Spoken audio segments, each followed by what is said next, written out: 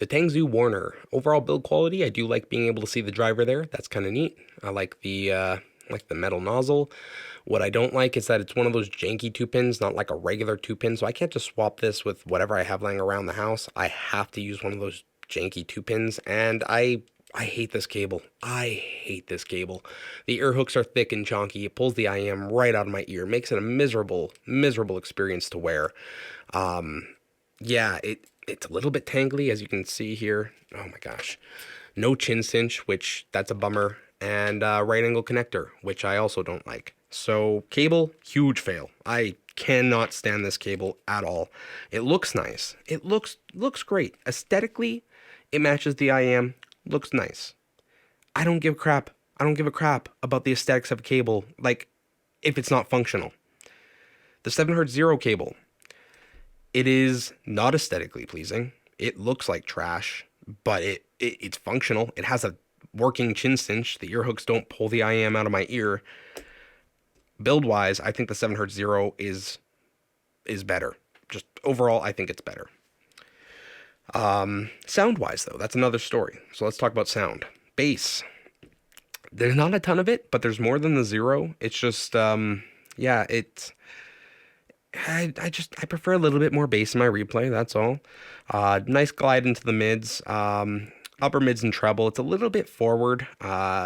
So the ear gain peaks sooner than the 7Hz Zero. 7Hz Zero actually peaks a little bit late, which it gives it this kind of laid back feel, even though it's not a lot of bass. I find the 7Hz Zero the least offensive as a whole.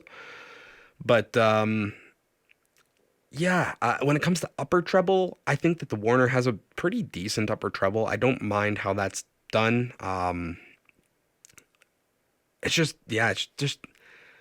all of these IMs on this table, the Cadenza, the Warner, and the 7Hz Zero, they all have too much upper mids for me. Yeah. So let's compare. Let's compare.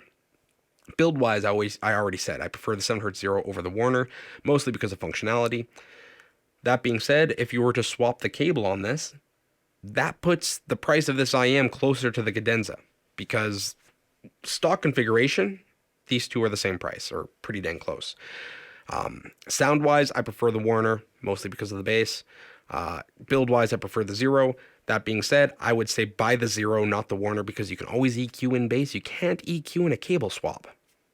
And this is regular 2-pin. You can use whatever 2-pin cable ever, like you have laying around, like whatever. This is, yeah, that's a better build.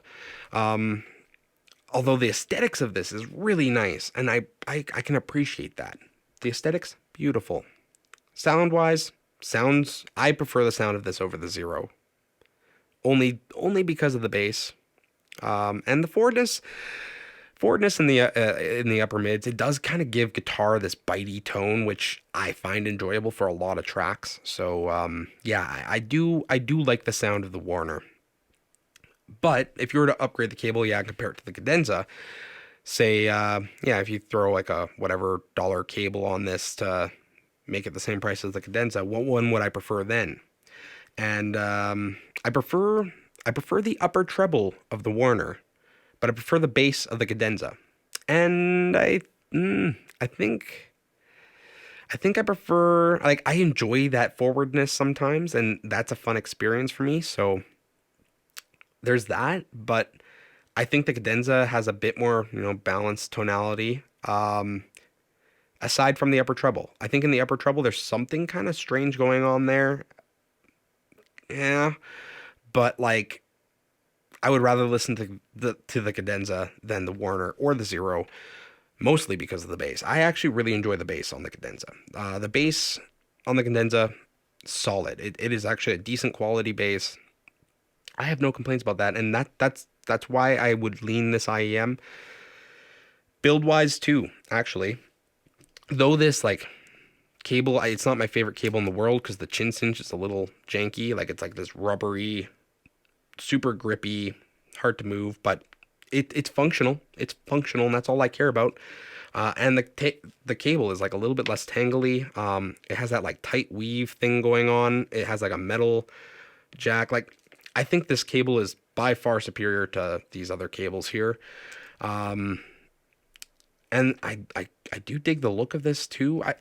Yeah, I think I would go the Cadenza over the Warner myself, mostly because I don't have to buy another cable for it, and it's a regular 2-pin. So when I get other IEMs, I can always swap different cables and whatnot and whatever. Whereas this is that janky freaking connection that, yeah, I can't just cable swap this with, like, I don't know if Tangzu's going to watch this video or not, but Tangzu, if you're listening, change the cable on this, make an announcement that you are changing the cable, and then start shipping with that new cable.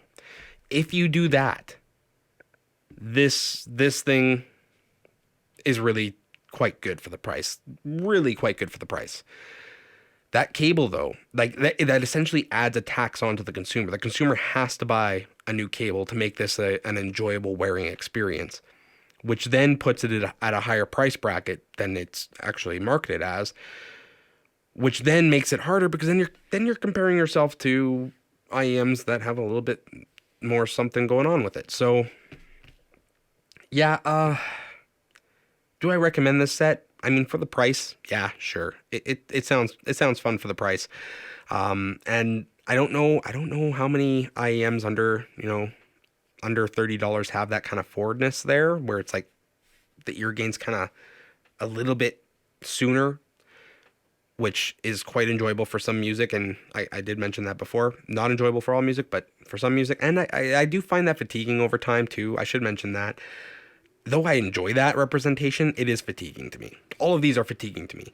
You want to know my true opinion? Buy the QKZ HBB. Don't buy any of these. Buy the QKZ HBB. Though that has a crappy cable as well, I prefer the sound of the QKZ HBB over the Cadenza. I prefer it over the Warner. I prefer it over the Zero.